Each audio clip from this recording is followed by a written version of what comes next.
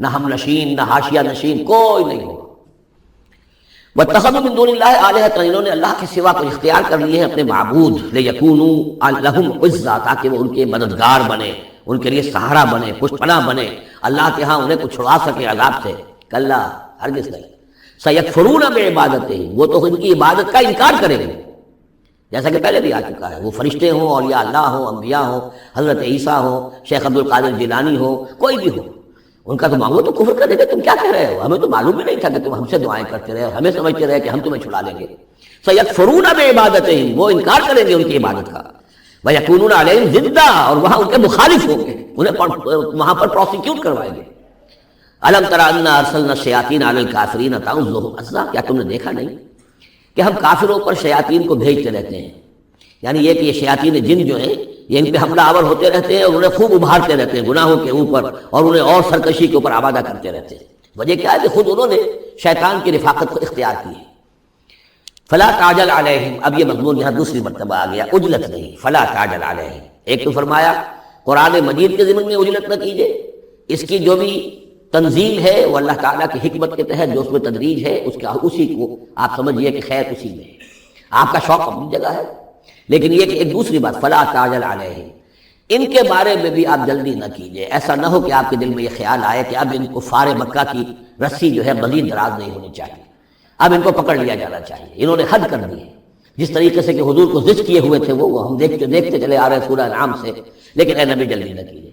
فلا تعجل علیہم، ان کی مخالفت، علا یہاں پر آ رہا ہے، فلا تعجل علیہم انما نعد لہم عدا، ہم ان کی پوری گنتی کر رہے ہیں، ایک ایک عمل ان کا لکھا جا رہا ہے، ہر چیز کا ان کو جواب دہی کرنی ہوگی، ہر چیز کی ان کو سزا مل جائے گی، لیکن یہ کہ ہمارے ہر کام کے اندر جو بھی فطری تدریج ہے، اس کی جو توقیت ہے، اس کا جو نظام ہم نے بنا رکھا ہے وہ اسی کے مطابق ہوگا۔ یوم نحشر المتقین الی الرحمن وفدا، یاد کرو جس دن کی ہم جمع کریں گے اہل تقویٰ کو، وہ رحمان کی طرف آئیں گے مہمانوں کی صورت میں، جیسے مہمانوں کا استقبال ہوتا ہے، وفد آیا ہے۔ وَنَسُوقُ الْمُجْرِمِينَ إِلَىٰ جَهَنَّمَ وِرْدًا، اور جو مجرم ہیں انہیں ہم دھکیلیں گے، دھکے دیں گے، ہانک کر لے جائیں گے جہنم کی طرف، جیسے کہ کوئی پیاسے جانور جاتے ہیں گھاٹ کی طرف۔ لا يملكون الشفاعة إلا من اتخذ عند الرحمن عهدا، کسی کے بھی کوئی شفاعت کام نہیں آئے گی سوائے اس کے کہ جس نے رحمان کے پاس اپنا ایک مقام حاصل کر لیا ہے۔ یعنی ایک شخص جو ہے بنیادی طور پر اللہ کے ساتھ اس نے اپنا عہد نبھایا ہو، اللہ کی بندگی کر رہا ہو، کوئی خطائیں ہو گئی ہیں، کوئی غلطیاں ہو گئی ہیں، جیسے کوئی پھسل جاتا ہے، کوئی کمزور بھی ہوتا ہے انسان، ایسے لوگوں کے لیے تو شفاعت مفید ہو سکتی ہے، لیکن جو سرے سے اس عہد کی خلاف ورزی کر رہے ہو، جو بجائے مشرق کے ان کا رخی مغرب کی طرف ہو، بجائے کعبے کے ان کا رخی جو ہے کسی اور شے کی طرف ہو، تو ظاہر بات ہے کہ ان کے لیے شفاعت نہیں۔ وقالوا اتخذ الرحمن ولدا، اور انہوں نے ایک اور عقیدہ گھڑ لیا ہے کہ رحمان نے اپنے لیے اولاد اختیار کی ہے۔ لقد جئتم شیئا ادا، دیکھو تم نے یہ بہت بڑی بھاری بات کہی ہے، یہ بہت بڑی گستاخی ہے اللہ کی جناب میں، اور کتنی بھاری گستاخی ہے، ذرا نوٹ کیجئے الفاظ، تکاد السماوات یتفطرن منہ، قریب ہے کہ آسمان پھٹ پڑے تمہاری اس گستاخی پر، وتنشق الارض، اور قریب ہے کہ زمین شق ہو جائے، وتخر الجبال حدا، اور یہ پہاڑ جو ہے دھماکے کے ساتھ گر پڑے، ان دعوا للرحمن ولدا، کہ انہوں نے رحمان کے لیے بیٹا قرار دیا، بیٹی قرار دیا۔ مشرکین عرب نے فرشتوں کو خدا کی بیٹیاں بنا دیا، عیسائیوں نے حضرت مسیح کو خدا کا بیٹا بنا دیا، اور یہودیوں نے عزیر کو خدا کا بیٹا بنا دیا۔ ان دعوا للرحمن ولدا وما ينبغي للرحمن ان يتخذ ولدا، رحمان کے تو یہ شایان شان ہی نہیں ہے کہ وہ کسی کو اولاد بنائے۔ یہ اس کی وضاحت میں کر چکا ہوں کہ اولاد کی ضرورت اس کو ہوتی ہے جو خود فانی ہو، ہمیں معلوم ہے ہم مر جائیں گے، ہمارا نام و نشان مٹ جائے گا، اولاد کے ذریعے سے ہمارا نام زندہ رہے گا۔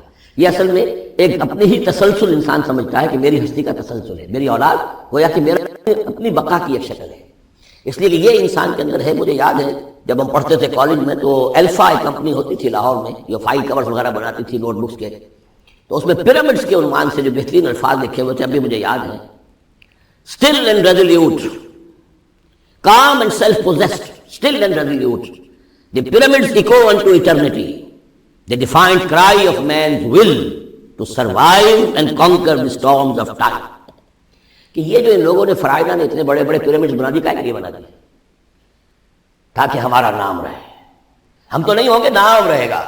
تو گویا کہ انسان کے اندر ایک خواہش ہے بقا کی، وہ اپنا دوام چاہتا ہے، یہ اسے پتا ہے کہ میری ذاتی طور پر تو میرا دوام ہے، تو میں کوئی عمارت بنا دوں، میرا نام جو ہے اس کے حوالے سے دنیا کے اندر رہے، اور یہی معاملہ اولاد کا ہے کہ اولاد سے انسان کو سب سے زیادہ جو اس کو خواہش ہوتی ہے وہ اپنا بقا، اپنا تسلسل، وہ سمجھتا ہے کہ میری اپنی کنٹینیوٹی ہے کہ جو میری اولاد کے ذریعے سے۔ ظاہر بات ہے کہ اللہ ہمیشہ خود باقی رہنے والا ہے، تو اس کے شایان شان ہی نہیں ہے کہ وہ کسی کو اپنی اولاد بنائے، اسے کوئی ضرورت ہی نہیں ہے۔ تو تمہارے لیے ہے معاملہ کہ تم فانی ہو، لہذا تمہیں ضرورت ہے کہ کوئی تمہارا نام لیوا باقی رہے۔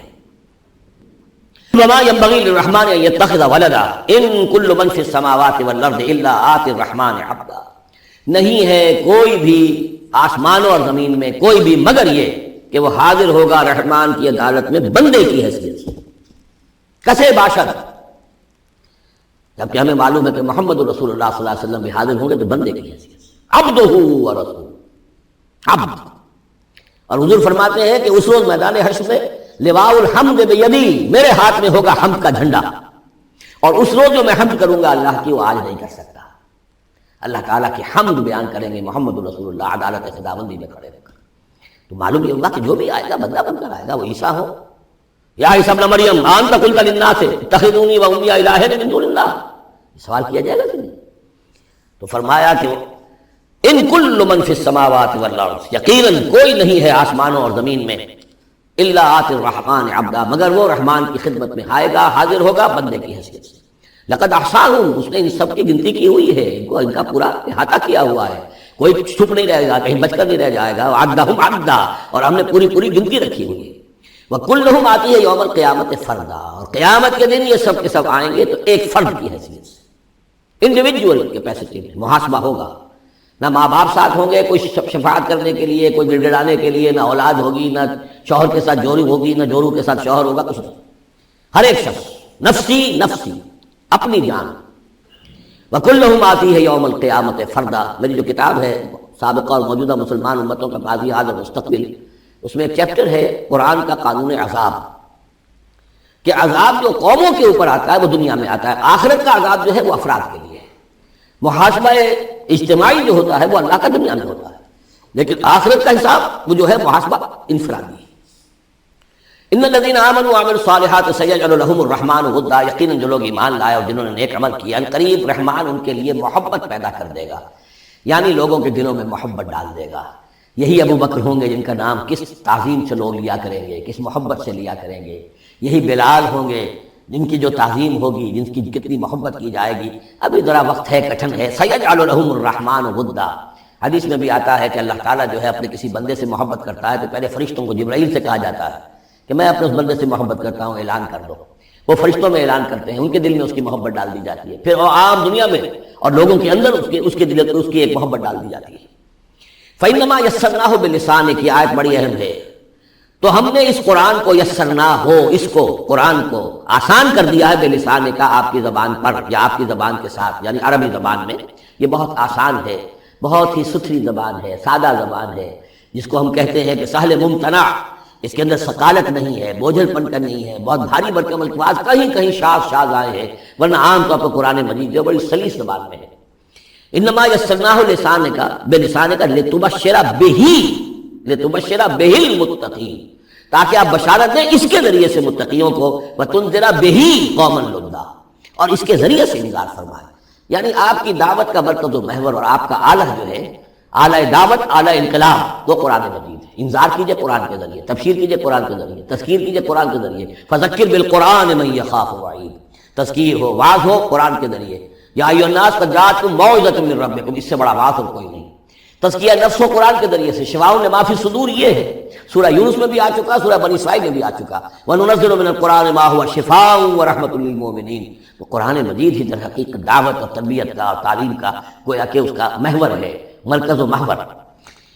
فَإِنَّمَا يَسَّرْنَاهُ بِلِسَانِكَ لِتُبَشِّرَ بِهِ الْمُتَّقِينَ وَتُنذِرَ بِهِ قَوْمًا لُدًّا وَكَمْ أَهْلَكْنَا قَبْلَهُم مِّن قَرْنٍ، اور ان سے پہلے ہم نے کتنی ہی قوموں کو ہلاک کیا۔ هل تحس منهم من أحد، ان میں سے کسی کی کوئی آہٹ تمہیں نظر آتی ہے؟ کہیں کوئی باقی ہے نام و نشان؟ کہیں عاد کا کوئی نام و نشان باقی ہے؟ اور تسمع لهم ذکرا، یا کہیں ان کی کوئی بھنک تمہارے کان میں آتی ہے؟ معلومات نسیم منسیہ، ختم ہو گئے۔